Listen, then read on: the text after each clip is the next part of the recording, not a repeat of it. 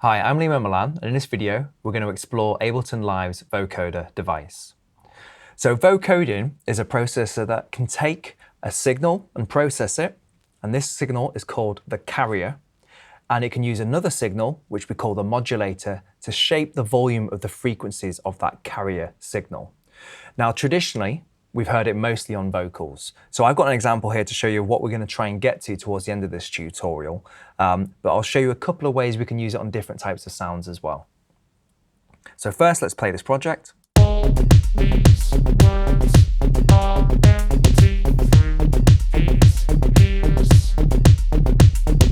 All these words are empty through these ears.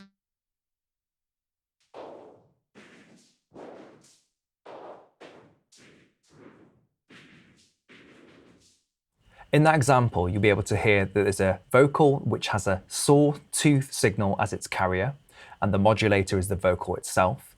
And the second layer that I played you had a noise signal as a carrier, and again, a vocal to modulate the volume of the frequencies of that noise.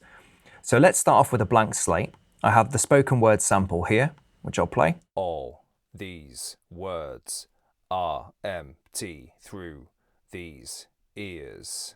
And let's drag a vocoder device and see how the parameters affect the processing. So we've dragged it onto the vocal track. That makes the vocal track the modulator. So we're not actually going to hear the vocal itself, but the vocal's shape in terms of its frequencies will shape the carrier.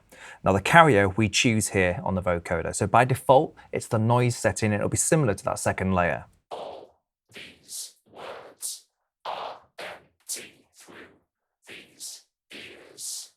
Now, in order for it to track the modulating signal, or the modulator, which is the vocal, you first define how many frequency bands are there to have a resolution of the different frequency volumes. So we have this option here, which is the bands. If we go for a low amount of bands, it's way less defined, but it sounds more like an old school sounding vocoder.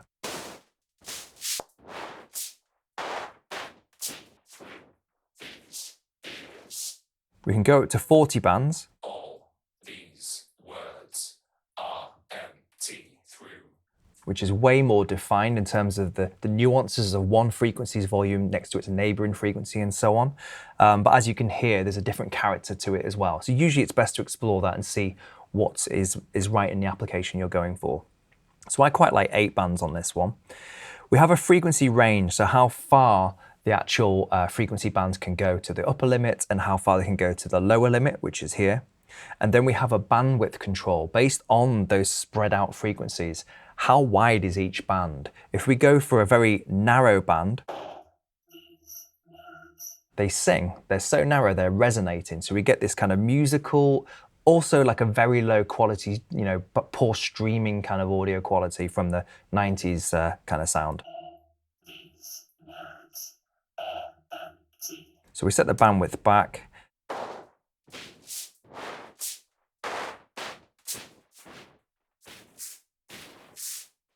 We set 100 and the bands are sort of neighboring each other, go up higher and they start bleeding over each other as well in terms of their width. So that's quite useful again as a tonal shaper. Also finally in this section we have the precise or retro, where the actual spread of the filter bands is either very clearly divided for the precise measurements or spread out differently as it goes higher up in the register of frequencies. So again, let's listen to that.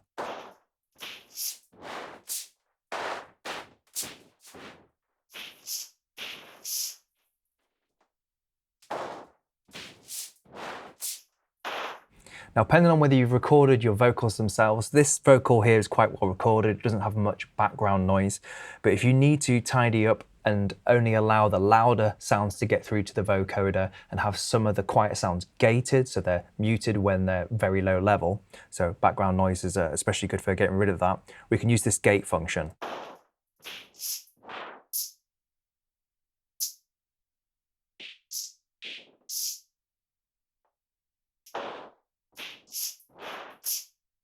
So you hear it's much more abrupt when it ends at the end of the word, immediately gating the signal as well. But because this is a clean vocal, I'll just leave that as it is.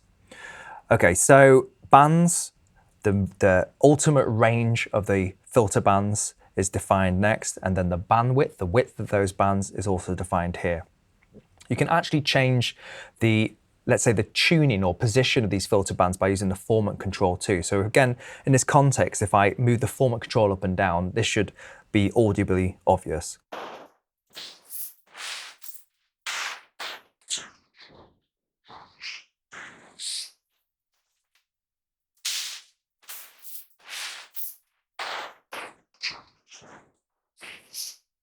Another option we have here is to actually turn the frequency bands up and down. Remember, the shape of the frequency bands and their volume is controlled by that modulator, but we can also change just how loud they are once we've actually applied them to the vocoder. So if I don't want it to be quite as bright, I can turn down one of the higher bands here.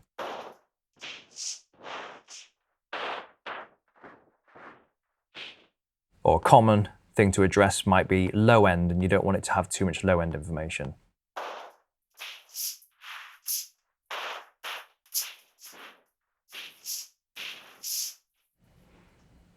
So intelligibility with a vocoded signal, especially when it's vocals, is a battle that we have. Having something that's tonal, but also something that you can hear the words from, so you can get the lyrics and their meaning.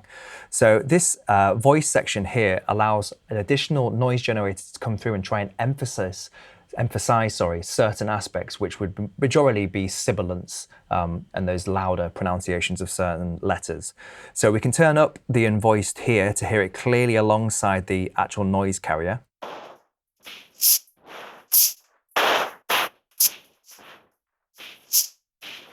And the sensitivity picks up on quite how at what point in volume it will add that additional noise. You can choose where the best level is of emphasizing those sibilant sounds. We have a speed control here, which again you can explore turning it on or switching between the two to see what's best in the context of what you're going for. And then in this case, I did turn the unvoiced noise generator all the way up so I could hear it clearly to set it as I want. But as with these things, we generally then take them out, reset our ears, and then blend them in as is right for the context.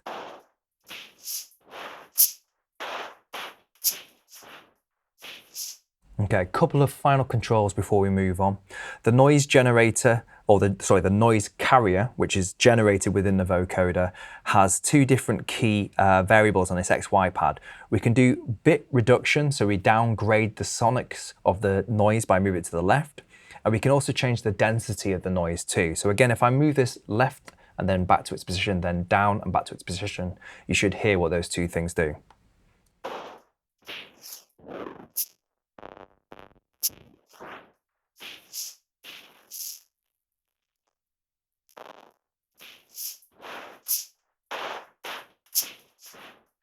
Now, the envelope shape at the moment is tracking the modulator signal, that vocal, fairly accurately. It's following the contours as they are actually happening in the vocal, but we can change that. We can use a different envelope attack stage and a different envelope release stage too.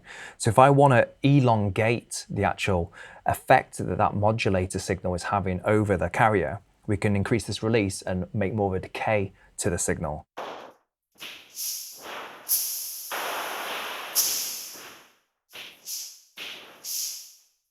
Very good if you want to create some mock old vintage reverb sounds, like low quality reverb. It's really good for that, or just generally adding a little bit of noise to your mix. The attack stage is the same, but it'll just take longer to increase. And then finally, we have the depth control of just how much that envelope is controlling the shaping of our carrier signal.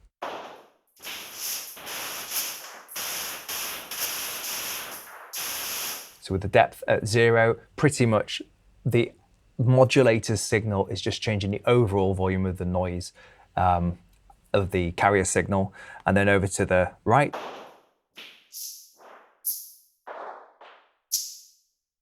slightly similar to the unvoiced noise generator. It's only letting the more louder signals to actually affect the envelope shape of that modulator as well. And then finally, another control that we have here is our choice of mono to stereo and then to another version of stereo as well. So if we work in mono, both the modulator and the carrier signal work in mono. So we'll have something that's unified, exactly the same on the left and the right speaker. If we go for the stereo version, the modulator, so the vocal, remains in mono, but the carrier can be stereo. So you're imparting the stereo on the carrier part, the signal path, but the actual modulator only comes through in mono.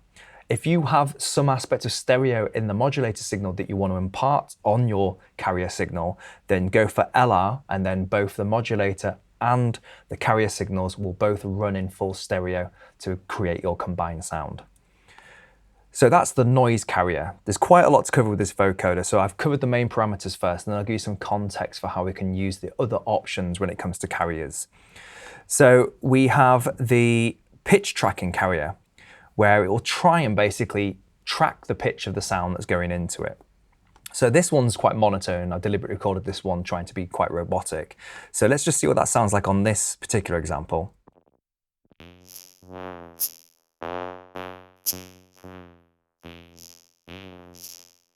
So it's like an oscillator is in there. We can choose the shape of the oscillator, which is the carrier signal, so the thing that carries the timbre of the sound. And we can experiment with these.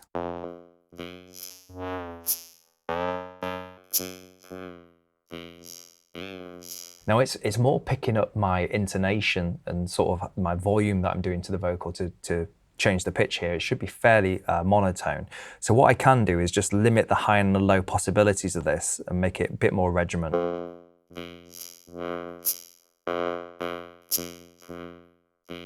So I'm using the onboard pitch tracking carrier signal, which the timbre can be chosen by the choice of oscillator waveform. And then in this case, I've limited the actual high and low pitch tracking it can do to be the same min and max values. So now it's actually monotone as I try to deliver my vocal in. This final section here is a global tuning for the pitch tracking synthesizer that's in here. So once I've made it monotone in this context, I can actually re-pitch this to work in context of the music.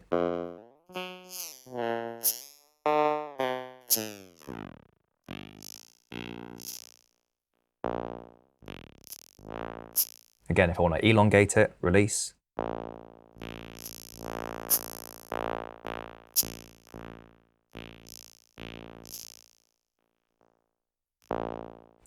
Okay, so carrier so far has been the noise generator that's built into Vocoder. And then secondly, we've used the onboard synthesizer, which tracks the pitch of that modulator signal. The next thing we're going to look at is how we can use an external carrier.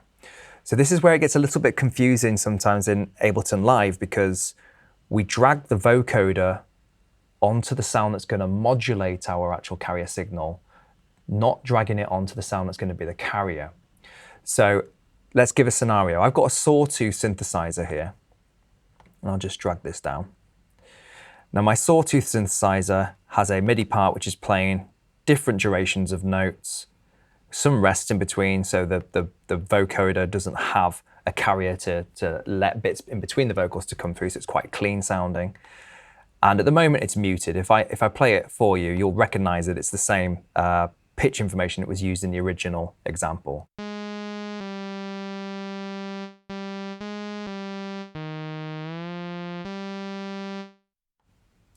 So that's my sawtooth. Now I don't want to hear the sawtooth. I just want it to be within my project so I can tell Vocoder to listen for it to be its carrier signal. I actually need to drag or go back to my vocoder that's on the spoken word sample and go to carrier and choose external carrier. Then the next chooser menu below that will say, well, where do you want this carrier to come from? Because if you have an external, it won't be on this particular track. So I now need to look for my sawtooth synthesizer. And then once I've created that connection, the sawtooth has become the external carrier for the vocoder. So it's providing the timbre for the vocoder. And then the track the vocoder's on is using the audio on the track as its modulator signal.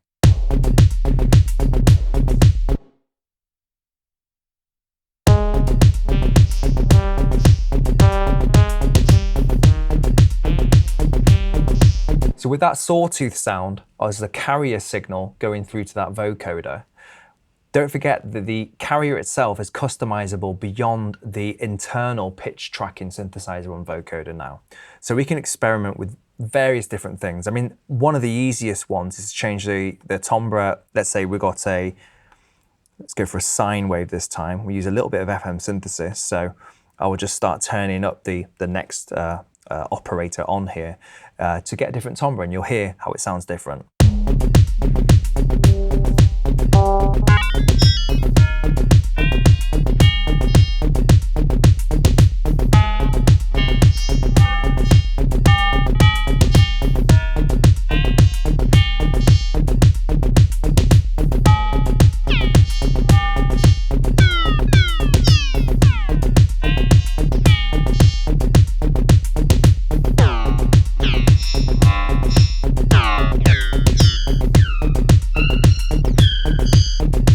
So from that example, you can hear that we venture beyond intelligible vocal sounds, but we do move towards some sort of bass morphed sound that we can use with that vocal as the modulator, and then a more exotic timbre coming from our external carrier.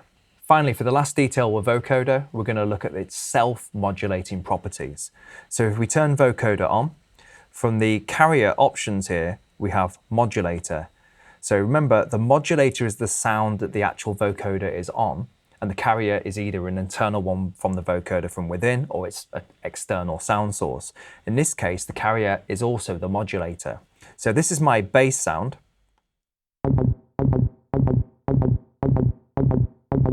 And if I turn on the vocoder with a modulator, the bass sound is actually modulating itself, which doesn't sound like it would do anything because they're exactly the same sound. However, if you remember, there are various different properties on the vocoder that can modify that envelope that's generated from the modulator signal to be applied to that carrier. And remember, the carrier in this case is actually the same as the modulator. So we can make it behave differently and impart different shifts to the frequency and the timbre and the content. So I'm just going to play you this example first, actually, then I'll just very quickly show you ways we can explore changing the behavior of vocoder when it's set like this.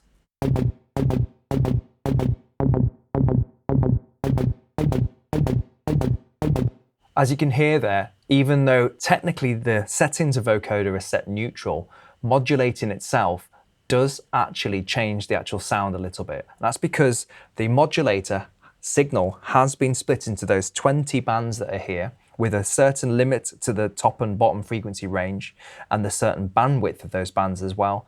So the way that the modulator has been analyzed isn't the same as the original audio. Then that's being applied to the same sound. So it does sound a little bit different for that reason. It's been slightly changed. But we can enhance that even further. So let's have a look at the formant control. Remember, formant will literally shift all the bands up or all the bands down.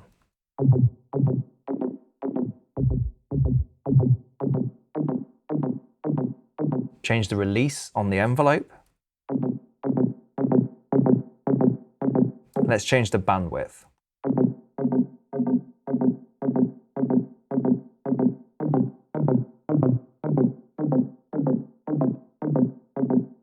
And finally, that depth control.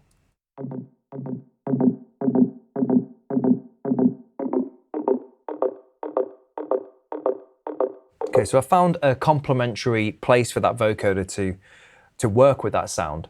Now, if you notice when I loaded in the example a minute ago, the actual dry-wet was at a certain balancing point. We still heard the original version of that bass alongside the vocoded, self-modulated version of the bass as well. So let's go to dry and then let's blend in the actual modified version.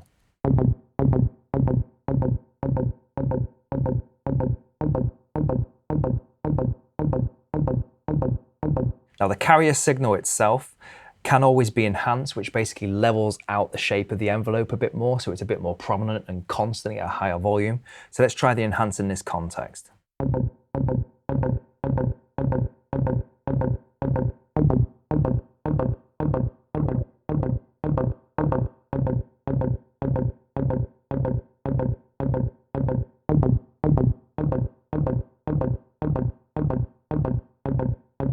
Okay, so that works here. We've added more of like a percussive, higher frequency tone to it, which helps it have a bit more of a prominent rhythm in our mix. So that's been the vocoder device in Ableton Live, where we've covered the concepts of modulator and carrier, where the actual vocoder needs to be and needs to be set to create that relationship between two different types of signal, and also different contexts of how we can apply vocoder on different types of instrumentation.